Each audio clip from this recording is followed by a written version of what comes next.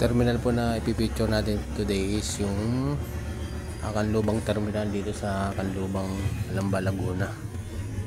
So ito pong terminal to located dito sa likod ng Carmel Mall.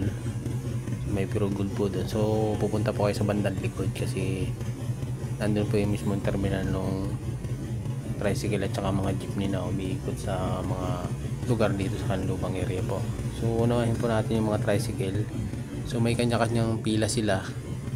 So meron siyang papuntang Palaw Tawiran, and then merong Paikit, Manpil, and then Carmel, and then other route MCDC Asia 2, and then yung sumunod na ruta is yung Asia 1, and then Palengke, and then yung Gate 4. May sarili silang ruta kaya may upuan naman dun, so maghihintay kayo ng mga kasabay nyo para mas matipid po yung pamasahe nyo. And then meron din naman pong jeep dito. So kung tama po yung nabanggit sa akin nung tricycle driver is papuntang Terili, so next Peria, Philippines. So ito po ata yung mismong Light Industry and Science Park dito sa Kanlubang, Laguna.